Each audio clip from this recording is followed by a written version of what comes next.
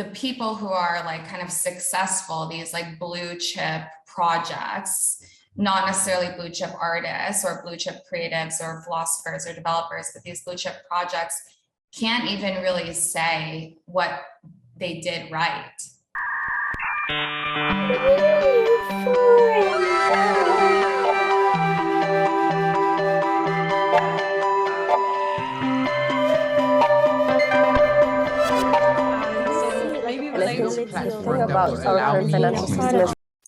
Hello, NewForum community. Joy and Salimi on yet another episode of NewForum.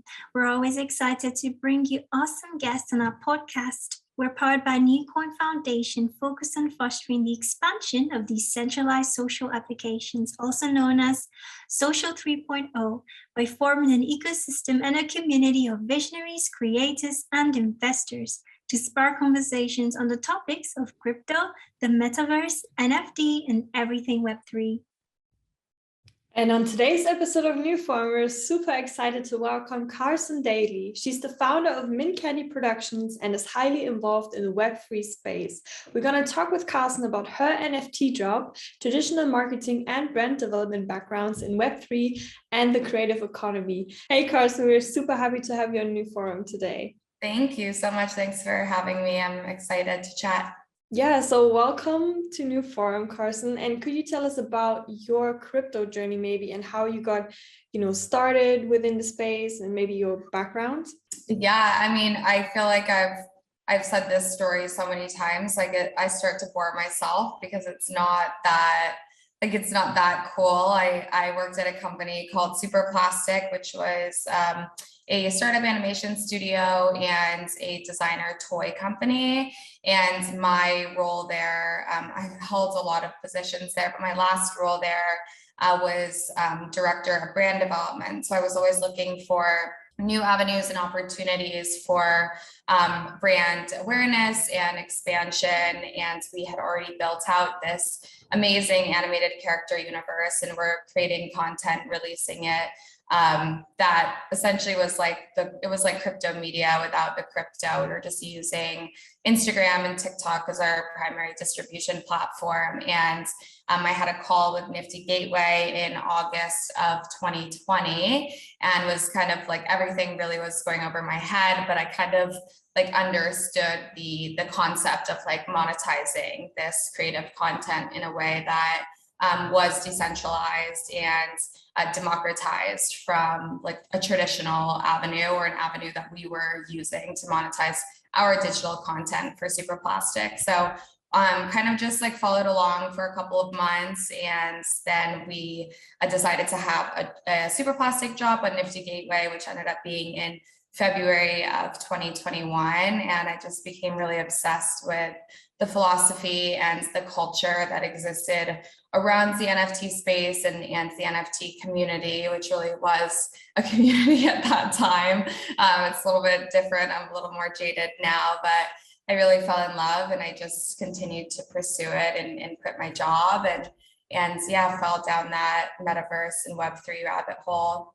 But I had never heard of I had heard of Bitcoin. I had never heard of Ethereum. I didn't even have a wallet until I think probably June of 2021. So well after I actually had our first NFT job, and well after I had quit my job, I finally set up my MetaMask wallet. So yeah, it's been a wild ride. I'm curious to know about the thesis that you're writing, or I don't know if you already completed that, but about personifying the blockchain. Oh yeah, definitely. Mm-hmm. I think that's that's going to be my forever thesis, part of my manifesto. And sometimes I joke and it's a narcissistic thing to say, but I say that I'm the Socrates of Web3. I think a lot of my work and philosophy will be found, 10 years or decades down the line, and it'll all kind of come together. But I think, a lot of the work that I have tried to do in this space, and even really without trying, has just been around really injecting human emotion and compassion And these like, I always am coming back to philosophy, because to me, like, that's what like creative sovereignty is. And like, that's really what art is that it's, expression of self, and it's an expression of identity. And the blockchain is just this new kind of platform to be able to create, I think, a permanent paper trail and recording system of your like personal kind of beliefs and representations of your identity. And like, a lot of people are understanding that in the way of like digital identity and PFPs and kind of what communities that they belong to. But for me, I think the personification of the blockchain is that, this is meant to be a trustless technology and a trustless ecosystem, but that it does not necessarily mean that it has trust, that it is just built to kind of take intermediaries out that confuse or that threaten trust. So people, and by replacing people with program and protocol, then we no longer have to feel, I think, fear or intimidation that we're going to be betrayed by that system. But it's still, the people that are using that technology, still, we have to be trustworthy, I think. And it all comes down to like our own motivation and our own intent when we use these things. And I saw a tweet a couple months ago that was like, the blockchain is really like, where we are right now is really starting to go from trustless to trust me. And we can't, that's the whole, like, that's the antithesis of removing intermediaries and kind of trying to remove this like bad actor position here. So it's going to forever be part of what I do, is like trying to push people to see that there's a lot more to do here than, flip JPEGs and make millions of dollars. So for you being in the space now, what do you think is the difference between traditional like Web2 startups and Web3 startups? Like, what do you think has changed? To me, like, this is like, we are, because of Web2, we're kind of in this like gilded age of instant gratification. Like, Web3 has created just this speed in which a business or brand can kind of take off is so much faster. And it's because like with Web 2, we were kind of learning about the internet and about like virality and I think influencer marketing and all of these, like, we were changing consumer trends, patterns, behaviors in real time. And we were, harnessing and leveraging the internet to accelerate kind of product awareness and viability. And we were able to get feedback in real time. Like, you are able to see kind of what people are saying about your product in a way that, it just took advertising and marketing to a whole new level. And because we were doing that in real time, and because people were like really understood and they were measuring what they were doing, like, okay, this worked and this didn't, like these A/B tests, we created kind of this like this KPI and this standard of like, here are best practices for advertising on Instagram, for, sending email marketing updates to your customers. Like, you can look up best practices, marketing best practices for clothing, makeup, like perfume, any of these like physical products, cars, anything. But in Web3, like, because things are happening so quickly, and because it's almost like dangerous, the speed and volatility in which like somebody can go from an idea to a brand and being known as like a brand. I'm starting to realize that the people who are like kind of successful, these like blue chip projects, not necessarily blue chip artists or blue chip creatives or philosophers or developers, but these blue chip projects can't even really say what they did right. Like, that's why nobody knows, kind of like, we're changing these definitions all the time, and we're creating these like blueprints of like, okay, you mint this, it's 10,000 at 0.08 ETH, and then 4 months later, there's an airdrop. And then 4 months after that, there's, this merge. And then months after that, like we're assuming that these are the things that work, but even the people that work for, they can't explain why that worked.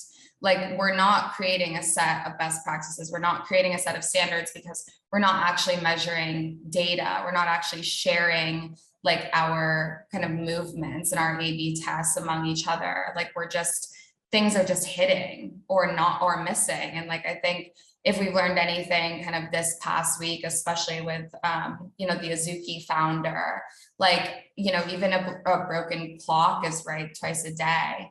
Like, what was different about Azuki and how that took off and how that became successful in comparison to, Zunks or Funks or Tendies? Because in like, the core kind of, just like the core standard of success, which is like selling out, like minting out, that happened for all of them. And then a community was built that happened for all of them. But at what point did like the community decide this project is going to be worth more than the other projects, to the point where, he then claimed ownership of that? Like, people, I don't know if that's like a long tangent of really not being able to answer the question, but I think that's what the issue is that we don't have a system, or people are not taking their time to measure and evaluate and kind of, acknowledge their strategies at all. I think people are just really getting lucky. And then the people who are working really hard are being overlooked. When you say artists are not startups, what are you referring? Well, I think that, that's another like major difference between like Web2 startups and Web3 creatives, is that like, a startup is built using a business model. And I think what is incredible is that right now artists can create, income and opportunities and really get their work out there in ways that they've not, to a speed at which and a volume at which that they've never been able to do before in the history of art and in the history of commerce, really. But the issue then becomes that like, we're not creating this like patronage ecosystem. Like, that's what like in historically, like traditionally artists are able to like continue to and fuel art making because they have this patronage. They have a key collector or a small group of core kind of collectors who are kind of funding their life, and like, but also like just really supporting them emotionally, having an emotional relationship with them to fuel art making. But when you have, 3,000 or 5,000 or 10,000 collectors who are demanding like financial value and return from you, like, that's what, like, even customers of a startup or investors of a startup are not that vocal, and they're not that like, hostile. I think, like, look at how many funds and VCs and angel investors will invest in a startup that goes under. They don't, they invest in an idea, and they invest in a vision, and they invest in a founder. If that, idea and vision and founder is strong and successful to then create a company that, maybe in 5 years or 10 years goes public, then that investor is going to get a return on their capital. But they're willing to lose that money because of the person on the other side of the call, of the table, of the fucking business plan. Sorry for swearing. I don't know if that's okay. But I think, that's where it's so confusing, because artists they're not startups. They're not companies. They're not even, they're not stocks either. Like, so to invest in an artist, to collect their work, and then expect and demand, require this like financial return from them, it just feels so like toxic and dangerous. And why would anybody, how does that create like a safe or supportive or like compassionate relationship to continue to fuel art making? That totally makes sense, because sometimes creatives experienced creative blocks, right? And when we're creating, you just have to be in that space, be in that frame of mindset. But sometimes, it's imagine there's all that demand and expectation. It can really affect creativity, on the other hand. So I think you're really touching on great points. And so speaking about like creators and everything, what do you think is the current state of the creative economy or the creator economy, and where are we going from here, and where do you see the biggest opportunities? I also know that you're currently building a native marketplace for artists, KidEight, and I think EVOL Universe. Yeah, if you can share a bit about that. I know like it's a long question. The marketplace that we're building, that we're working on is really like the answer to the question of like, what is the future of a creator economy? And I think that, a creator economy has really evolved in a lot of ways, because people thought that like influencer marketing and kind of the rise of the influencer age was a creator economy, where people could, just by having like their niche and their identity and persona, they could leverage and mobilize an audience and community to, have paid ads and to create media and to build businesses and companies. Like I have a 19-year-old sister who literally buys clothing, like $90 to $300 articles of clothing from like influencers, like people she follows on TikTok. Like when I spend that amount of money on clothing, it's designers, like it's fashion houses and brands that I love and that I have like faith and conviction in, and they have legacy. But people, of a different generation are buying clothes because their friends are having them, and because there's recognizable kind of there's brand identity, and that brand identity is rooted by a person. So like that person becomes the core kind of the fabric that ties the community together. And that was like, I think, generation and version 1 of creator economy. And then generation and version 2 is really like powered by the blockchain and actually like owning your income and kind of your financial platform and your ability to monetize your art, your brand, your likeness, whatever that means. But I think this like version 3 is actually figuring out how to leverage that technology and leverage that online kind of audience and community that isn't necessarily buying into anything, but they're just along for your ride. Like they're true supporters of you, and creating something that allows you to have like full creative and entrepreneurial control without limitation or restriction. And I think like, when we're talking about the marketplace that we're building for KidEight, like this is because one, like the kind of one of the big buckets or like the benefits is that there's no fees for platforms. There's no platform fee. We won't take a platform fee. It'll just be the creator, like the royalty, which is that royalty in perpetuity is one of the reasons why the NFT space is like, took flight, I think, so quickly, because people love that.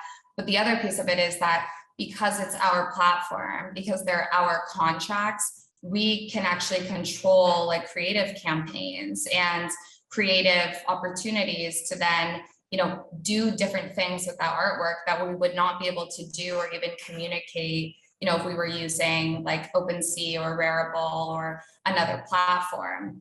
To the limitations of like APIs and dApps and all of that, like we're still figuring out, I think, how to have true creative autonomy and sovereignty. And I think that the blockchain is this, the apex of creativity and to build a creator economy, because, you can code things and you can develop programming and protocols that are really like that are bound and that are immutable in ways that you can just interchange what the token contract is to be able to test these things. So I'm really looking forward to like a version 3 of a creator economy where people are actually, creators are thinking of code and tech as a canvas and like as a paintbrush in their in their entire like tool belt as artists. Like don't have to really, like, all these things don't have to run separately. They can coexist, and code can be creative, and protocol can be, like painting. It's all art, really. I think Web3 or digitalization redefines what STEM means, right? Because right now it's becoming the norm, designers and programmers and engineers are like working together, and there's like a lot of collaborations happening that way. And I think that's exciting. And quickly, before Joy takes the next question, I wanted to ask, so you're building, so meaning you haven't yet launched, right? You're still, Right. Okay, because I was curious to know, like, how will the onboarding look? How are you gonna like are these artists, Well, it would just be for his artwork and for his collection to begin with. So I think that's kind of part of the future of it, is these like micro sites and micro marketplaces, in the same way that, like, at one point, creators or small businesses were using like Etsy, right, as a store. And then they realized, oh, I don't have to use Etsy and pay Etsy a fee. I can just pay for Shopify Premium for $20 a month and make I can build and control and run my own website, and I can advertise and publicize it through Instagram or TikTok or other, marketing mechanisms. Like, that's kind of, I always think of these, like, no matter what phase or evolution of the internet or pop culture or consumerism we're in, there's a blueprint for everything. Like, every history repeats itself. People know that. So if we just start to think about like early kind of e-commerce days and having like actually like shopping online, and what those early days look like, is very similar to the days that we're in right now, where these 3 or 4 massive marketplaces basically control and have monopolized everybody else's, like every small creator, small business, small artist kind of sales and platform. So the next step of that is the same next step from when we had like Etsy. Like, people, I think artists are going to create their own microsites and micro marketplaces. And so that's what we're looking to do with KidEight, and for the EVOL collection to start, and then eventually all of KidEight's one-of-one art pieces. And then eventually we will look forward to like permitting artists from our community to list and sell their work there as well. And we still won't take a fee from that. We still won't take any cuts from that. So it's exciting. It's also one of those things where, like, we're building it actively, but we also are staying very close to and very tapped into the market, because it's really easy to, I think, release something or release a product or go to market with something that is ahead of its time, or that people aren't ready for, or like that people don't deserve. Like, that sounds harsh, but like, it's true. Like, we want to make sure that, this is something that also like helps inspire other artists and other creators as they're, looking to enter this space and to build. And we just want to bring value. I think there's been so much value, both like intrinsic and extrinsic, that's been extracted from this space. And it is really clouding the true opportunity here. And we want to make sure that we're always bringing value. The thing you said about influencers and creatives is like really, it hits home, because there's a lot of niche creators and people who might not have the value from the Web2 era or from this current era, and now they're building their own ecosystems, their own communities around niche markets, around niche art. And I really appreciate that, and that you're taking care of these kind of people as well. And I'm wondering, so could you explain to me the difference between on-chain and off-chain arts, or like on-chain and off-chain collecting? And can you explain why there's a lack of brand cohesivity and identity? This is something that I've actually been like thinking about a lot this week, like collecting on-chain and off-chain, because I, like I said, used to work at a toy company, basically. Like, part of Super Plastic was a toy company. So, I spent time with, and I got to know our customers, which were, our collectors, and just their kind of passion and enthusiasm and excitement for collecting super plastic toys. And I think even, taking a step back and thinking about collecting in general, whether it's coins or baseball cards or toys or, stamps, like I think value, this utility, right, is the pursuit and like the actual activity behind it. And a lot of times what people collect are not even necessarily like financially valuable or rare. Like it can be incredibly common, but it could be something that is missing from your collection. It could be, these items that people collect physically. So like this is off-chain collecting, like the activity of collecting is like so personal. And I think it is something that like it resonates, it brings you personally closer to like a culturally significant paradigm, right? Like whether it is baseball or sports or coins or whatever that is. But collecting on chain, I think, has gotten confused, and it feels like it's more about trading, and like you collect to trade or you collect to sell. Like people that are, I think a lot of people do, and a lot of people are collecting art and like digital art on chain to keep. And everybody has like, people have like their grails and whatever else, but a lot of it also is like to kind of fuel this like up trade. And it's hard for me. I have like really limited experiences with it because I think I've only sold like 2 or 3 NFTs, like, and 2 of them were like 1155 tokens that were, that I had a number of because of a community that I was a part of. And one of them was an MFer by Satoshi. And like I had never had I bought that MFer because I love following Satoshi. Like that was an influencer to me, like an influential kind of person, identity, voice within this space that I just enjoyed. And then I sold it for like 5 ETH. Like that was an unbelievable feeling for me, but it didn't necessarily, like I still kept 2 of my other MFers. Like I sold 1. And I think that on-chain collecting kind of, it's almost like the antonym of the word collecting. Like collecting to me is to keep.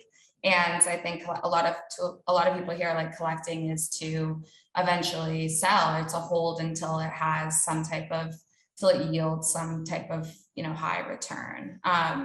So it's just something that I've been thinking about this week. And then what was the second question about brand cohesion, right? Why do you think there's a lack of kind of brand cohesion and identity? I think it goes back to an earlier question and answer around like kind of people blowing up or like turning into brands overnight, that like they're not really building as brands. Like they're launching as we're launching a community, we're launching a PFP or whatever, and they haven't thought through what that like brand identity and that brand ethos is. So when I worked at Super Plastic, it was like there was a brain trust, like a core group of people, and it was really led by Paul Budnitz, the CEO, which is like he knew like this is on brand or this is off brand, and everything that Super Plastic did was very well controlled by Super Plastic, and it felt participatory for our collectors, but it was like we made sure that it was our event or our drop or our capsule and collection, and everything we had super high standards with everything because that's what people expected from us. And I see a lot of like these communities are kind of like letting like people do meetups, and they'll do like a Bored Ape Yacht Club meetup or a Gutter Cat Gang meetup, and that hasn't been like facilitated or controlled by the brand itself. So then you have a group of people that are posting pictures on the internet being like, yeah, official Gutter Cat Gang meetup. And to me, if I'm like, okay, I don't see, actually Gutter Cat Gang is better, they're a little bit more diverse, so I'll use Bored Ape Yacht Club. But it's like, okay, this is a group of like all white men, and this is supposed to be like a representation of like your official community as a meetup. Like I feel uncomfortable looking at the picture. Like I wouldn't be comfortable attending that event. And I think that's where you lose, like, I think people, brands in this space are losing control over their brand because they don't know how to build one. And all of a sudden overnight, you now have thousands of people that are kind of looking to you for answers. And when you like fade into the shadows, the background, then they start looking at each other. And then they start to decide what is like an appropriate or cool or like on brand standard of how to act and, you know, interact with each other and kind of promote the brand and the identity. And it feels very lost. Like you have to have, I think, you have to have a person or an idea or kind of a mascot that like represents and tells people like, this is what we're doing, this is what our brand is about, so that everybody that is there kind of feels connected to that. And that's the fabric that weaves them together. And I think like that's, you know, one of like my favorite parts about like the EVOL community and about KidEight and what we're building together is that like the collectors, EVOL collectors, I think the really core group of collectors, they are tied together by like this deeper, like philosophical and psychological and creative kind of feeling and emotion of like, okay, we're talking about juxtaposition, we're talking about like vulnerability and masculinity, and we're talking about kind of people being overlooked and left behind, and like that feels, I feel connected to that. And that's why it's the community that you see the most consistent use of PFPs, and you see like the most held like floor, like sentiment, like the people that are collecting it, the people that love it will always be a part of it. They can have punks, they can have apes, they can have anything else, and they're not going to change their PFP from their GVOL, because that's what they feel the most proud to be part of, and they feel the most emotionally connected to, because that brand is held. This is like a very interesting cultural movement that is happening, you know, within the space. And yeah, like you say, almost when you have a DAO or a community around NFTs, they form themselves. So at some point they might take over and they just say, you know what, we own this, like we created this space. So yeah, it's there's a danger in that. But I think you pointed it out really well, why people, they kind of find their tribe, their online tribe or their community, and then they're really proud of it and they want to show it off, and they want to say, hey, I'm part of this, and I created, I was held to create this as well. So really, really interesting perspective on that. And thank you for explaining that. And so Carson, where can our listeners find you on your social platforms if they also want to check you out and follow you?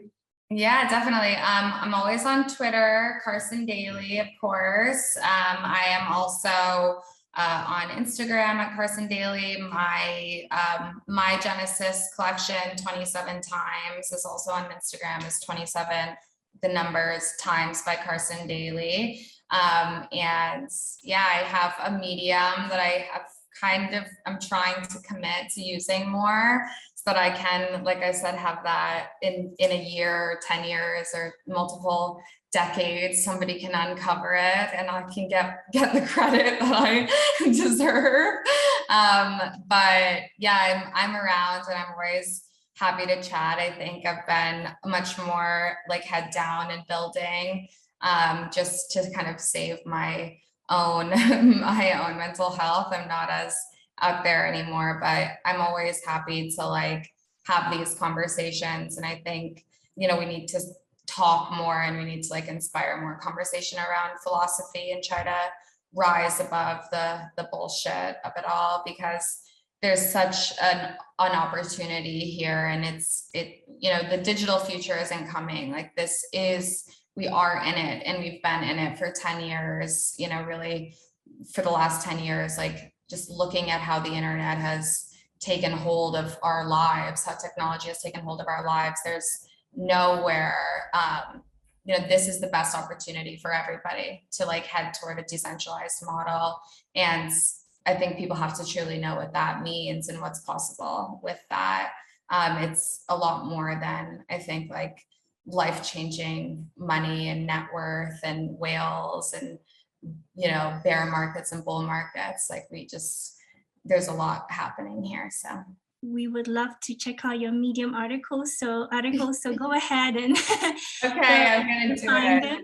Yes, I'm and going thank to. you so much, Carson. Thank you. Mwah. Thank you. Have a great weekend. Thank Talk you, soon. Joy, and thank Thank you you, all guys. for being a part of this forum. If you want to get more involved in our community, make sure to follow us on our social platforms. IG is newcoin.nco and our website is newcoin.org. You can also join our private Telegram group, and we will have all the links as well as Carson's links in the description below. See you in the next episode. Bye bye. Thank you, Carson. Bye.